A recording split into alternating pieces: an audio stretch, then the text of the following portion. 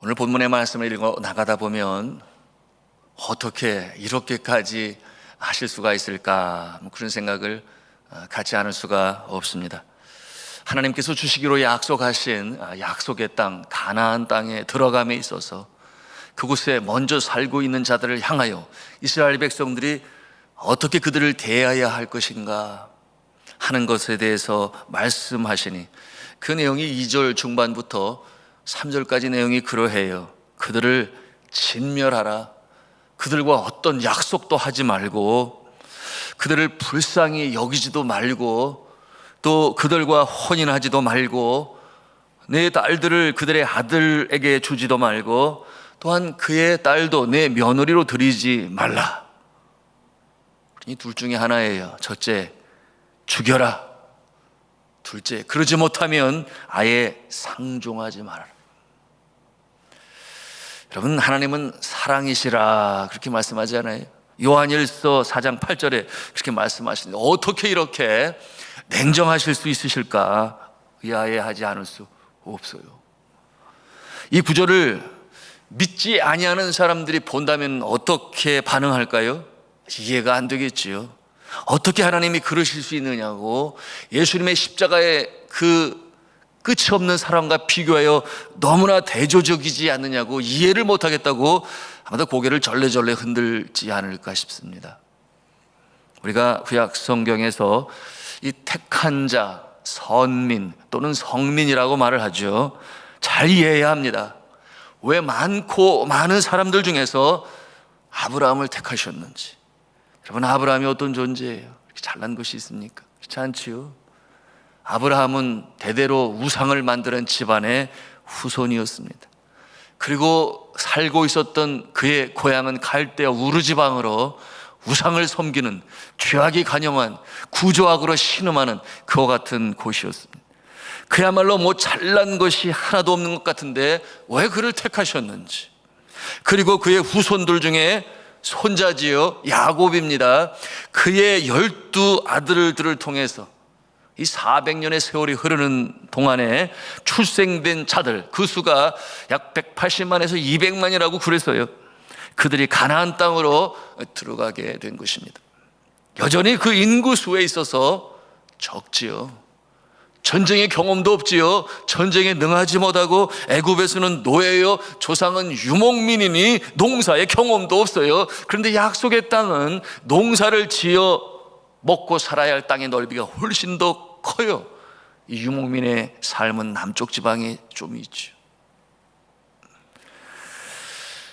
그러니 이 이스라엘 백성들 볼 때에 뭐 하나 잘난 것이 하나도 없어 보이지 않습니까? 왜 하나님은 그들을 택하셨을까요? 그리고 하필이면 그렇게 우리나라 강원도 남북한 합친 땅의 크기예요. 이스라엘 땅이. 그렇게 작은 땅을 주시면서 또 선민들에게 그 땅을 약속의 땅이라고 하셨을까? 뭐 이런 생각을 갖지 않을 수가 없어요. 여러분, 그에 대한 답이 7절과 8절에 나옵니다. 우리 함께 읽겠습니다. 시작. 여호와께서 너희를 기뻐하시고 너희를 택하심은 너희가 다른 민족보다 수요가 많기 때문이 아니니라. 너희는 오히려 모든 민족 중에 가장 작으니라. 여호와께서 다만 너희를 사랑하심으로 말미암아 또는 너희의 조상들에게 하신 맹세를 지키려 하심으로 말미암아 자기의 권능의 손으로 너희를 인도하여 내시되 너희를 그 종되었던 집에서 애굽 왕 바로의 손에서 속량하셨나니. 아멘. 민족 중에 가장 작기 때문이라고 말씀하세요. 그리고 불쌍하기 때문에, 그래서 사랑하심으로 택하신 것이라고 말씀합니다.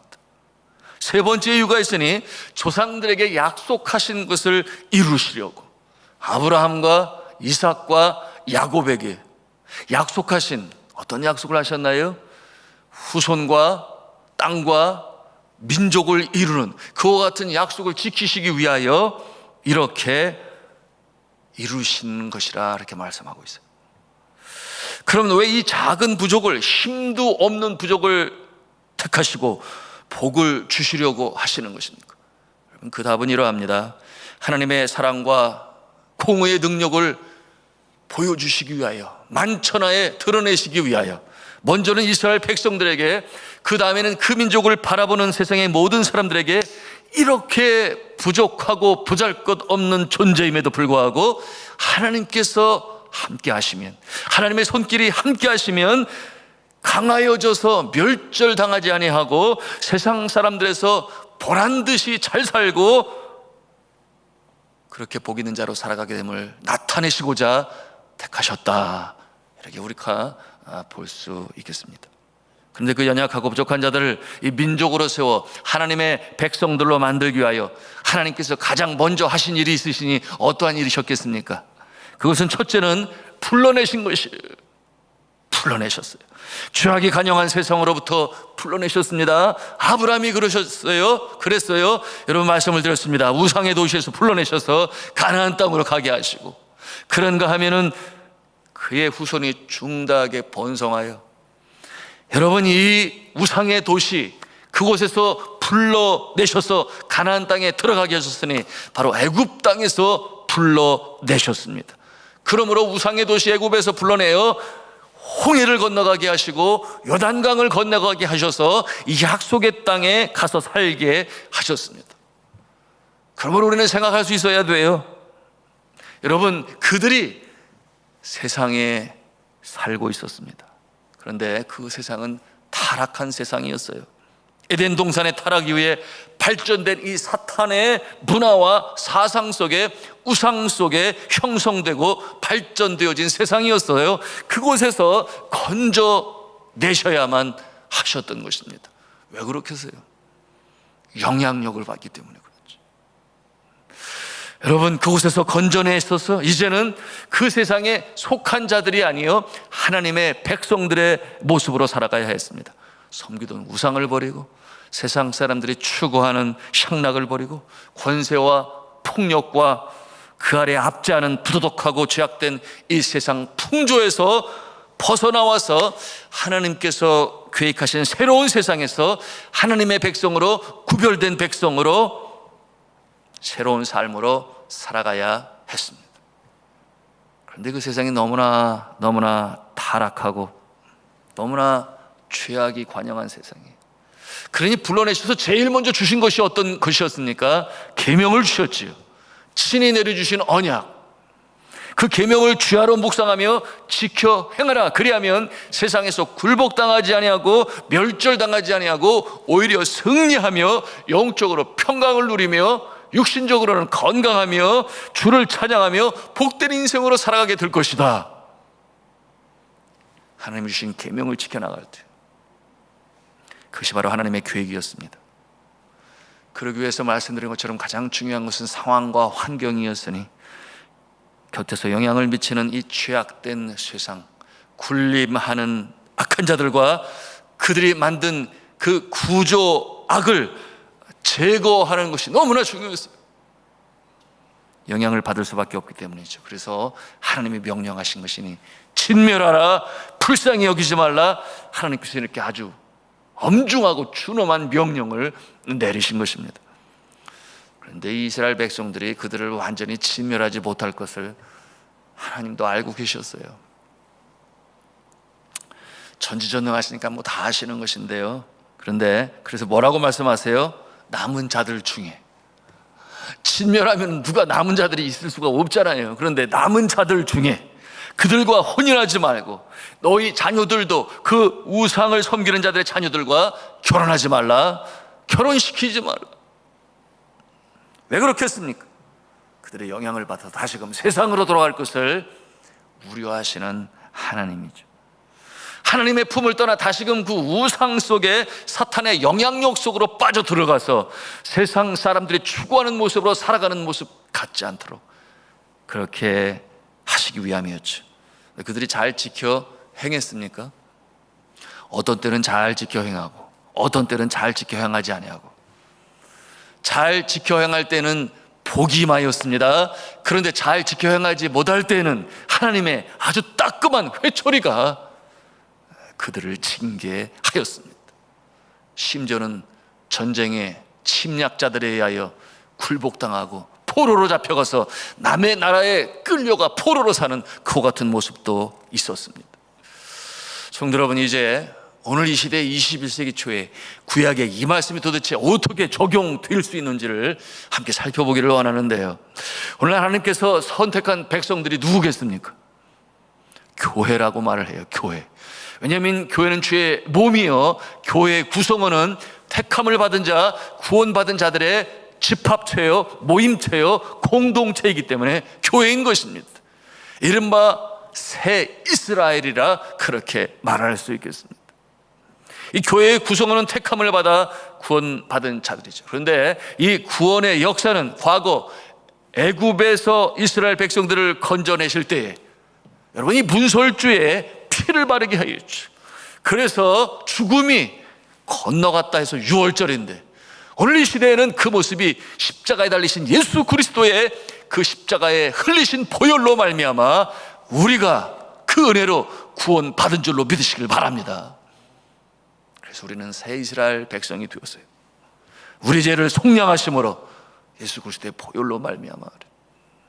성경은 이에 대하여 베드로전서 2장 9절과 10절에 이렇게 말씀을 해요. 그러나 너희는 택하신 족속의 왕같은 제사장들이요 거룩한 나라요 그의 소유가 된 백성이니 이는 너희를 어두운 데서 불러내요, 어두운 데서 불러내요 그의 기이한 빛에 들어가게 하시니 아름다운 덕을 선포하게 하려 하심이라. 너희가 전에는 백성이 아니더니 이제는 하나님의 백성이요, 전에는 긍휼을 얻지 못하였더니 이제는 긍휼을 얻은 자니라. 아멘이지요. 하나 감사하죠. 우리가 그 백성이 되었다 말씀하는 것입니다. 두 번째 주제입니다. 그러면 우리가 이 땅에 살아가면서 이 세상에 구원받은 자로 살아가는 동안에 이 믿지 아니하는 자들 또는 세상 정부와 어떠한 관계를 유지하며 살아가야 하겠습니까? 세상 사람들과 인연 다 끊고 결별하여 미국에 가면 아미시나 퀘이커 교도들이 있는데 아예 투표도 안 해요. 정부의 투표. 자기들끼리 공동체 생활을 해요. 지금까지도 차를 안 써요. 마차를 타고 다니고 텔레비전도 없어요. 완전히 결별된 모습으로 살아요. 그렇게 살아야 되는 것입니까?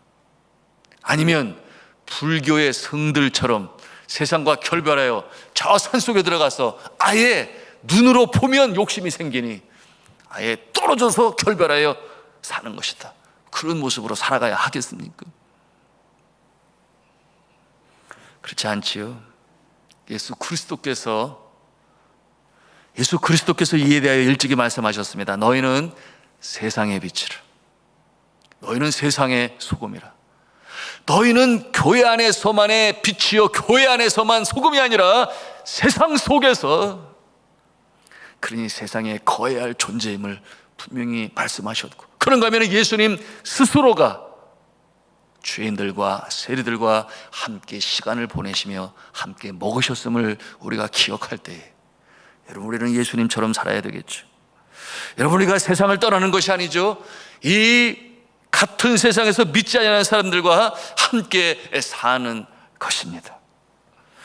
그런데 예수 그리스도께서 그들과 함께 시간을 보내시면서 뭐라고 말씀을 하셨는가 하면 아주 중요합니다. 그러나 너희는 세상에 속한 자가 아니요, 그렇게 말씀합니다.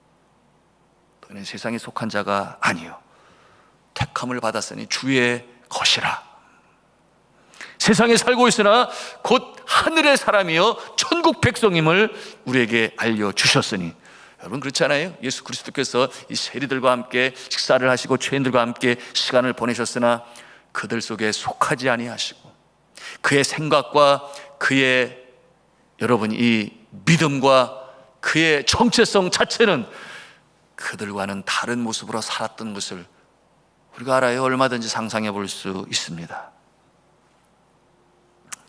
그가 그렇게 그들 속에 있었던 것은 목적이 있었으니, 그죠? 사랑으로 구원하시기 위하여 그들 속에 거하셨던 것입니다.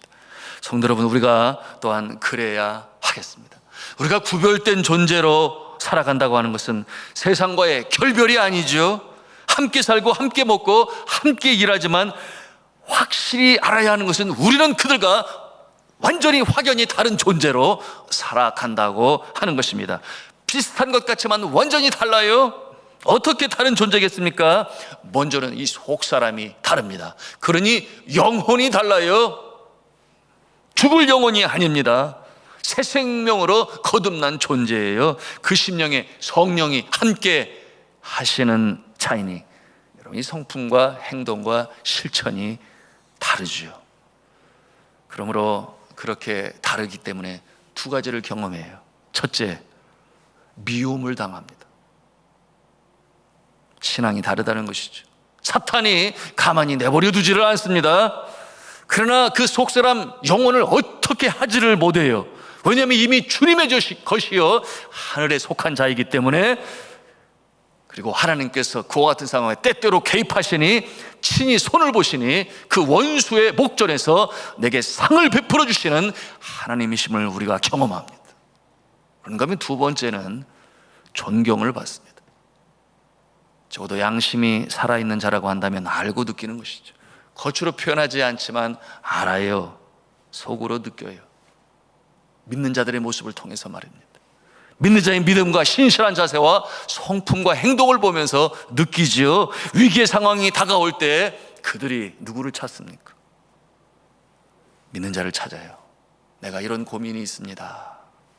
보니 당신은 믿는 자라서 그런지 본과 다릅니다. 나에게 조언을 줄 수 있을 것 같습니다. 예수께서 말씀하셨죠.